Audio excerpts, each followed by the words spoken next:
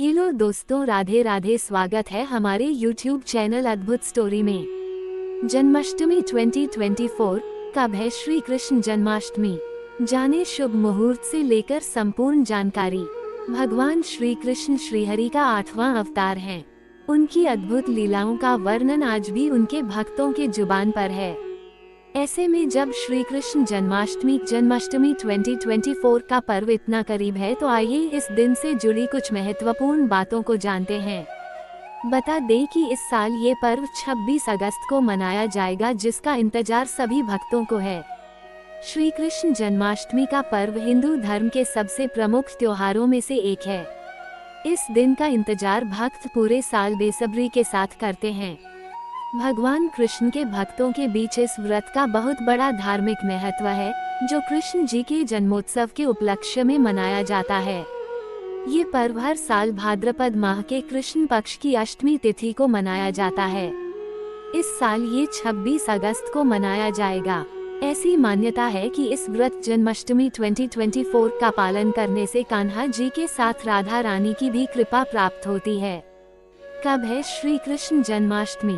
जन्माष्टमी 2024 शुभ मुहूर्त। हिंदू पंचांग के अनुसार भाद्रपद माह के कृष्ण पक्ष की अष्टमी तिथि की शुरुआत 25 अगस्त 2024 दिन रविवार को रात 3:39 पर होगी। वहीं इसका समापन 26 अगस्त 2024 दिन सोमवार को रात 2:19 पर होगा। ऐसे में जन्माष्टमी 26 अगस्त को मनाई जाएगी।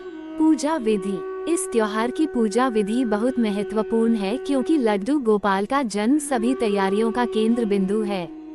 ये सुनिश्चित करने के लिए कि आप इस पूजा का अधिकतम लाभ उठा सकें, हमने नीचे एक विस्तृत पूजा विधि प्रदान की है।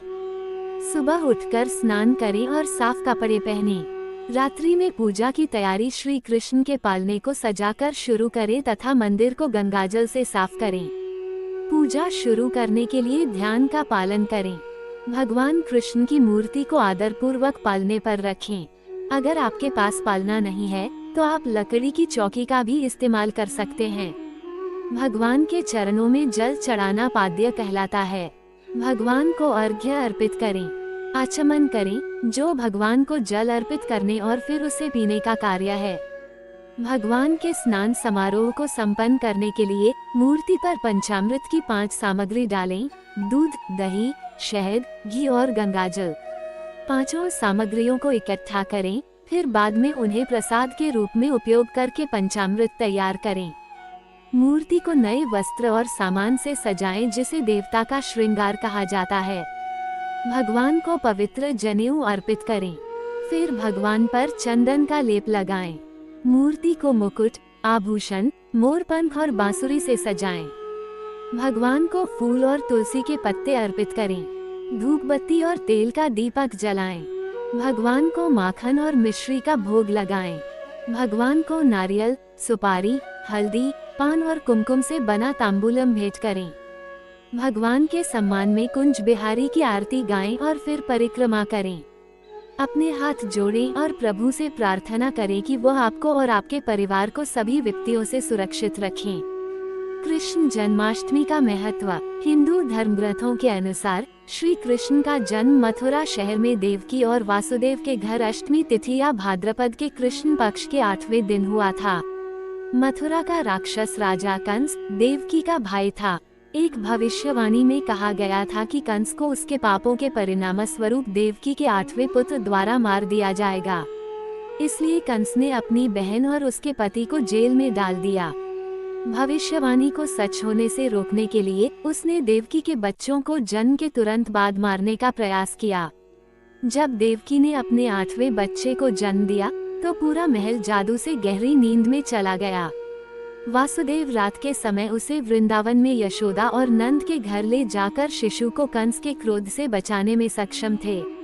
ये शिशु भगवान विष्णु का एक रूप था, जिसने बाद में श्री कृष्ण नाम धारण किया और कंस को मार डाला, जिससे उसका आतंक का राज खत्म हो गया। कृष्ण जन्माष्टमी के दौरान किए जाने वाले अनुष्ठान। कृष्ण जन्माष्टमी पर किए जाने वाले अनुष्ठानों का इस बात से बहुत संबंध है कि सभी उम्र के लोग इस त्योहार को क्यों पसंद करते हैं। इस दिन से जुड़ी कुछ महत्वपूर्ण प्रथाएं इस प्रकार हैं।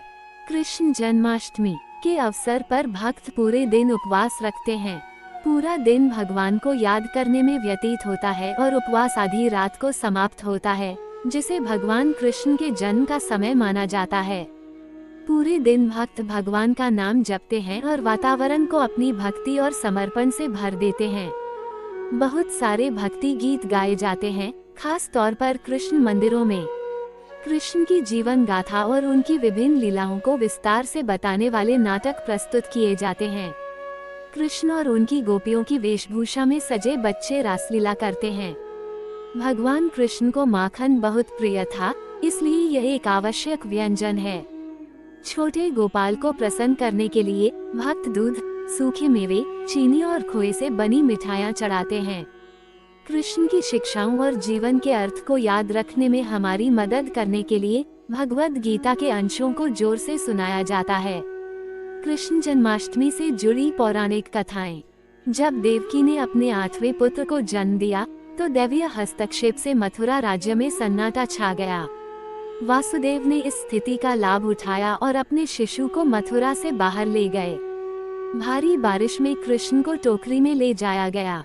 शेषनाग, जिन्हें सांपों के राजा के रूप में जाना जाता है, ने अपने 5 सिर वाले फन से दोनों की रक्षा की। दैवीय शक्तियों की मदद से वासुदेव यमुना नदी को पार करके गोकुल पहुंचने में सफल हुए। वासुदेव अपने पुत्र को यहाँ लाए और उसे उसके पालक माता पिता यशोदा और नंद के पास छोड़ दिया। दूसरी ओर यशोदा ने एक लड़की को जन्म दिया था, जिसे देवी दुर्गा का अवतार माना जाता था। वासुदेव उस नवजात लड़की को वापस मथुरा ले गए। उन्होंने कंस को ये सोचने के लिए धोखा दिया कि देवकी के 8वें बेटे के हाथों उनकी मृत्यु की भविष्यवाणी झूठी है, जिससे उन्हें राहत और खुशी महसूस हुई। हर साल भक्त अपने भगवान और रक्षक कृष्ण के जन्म पर बहुत उत्साह के साथ जन्माष्टमी का त्योहार मनाते हैं। Please guys video like subscribe जरूर करें।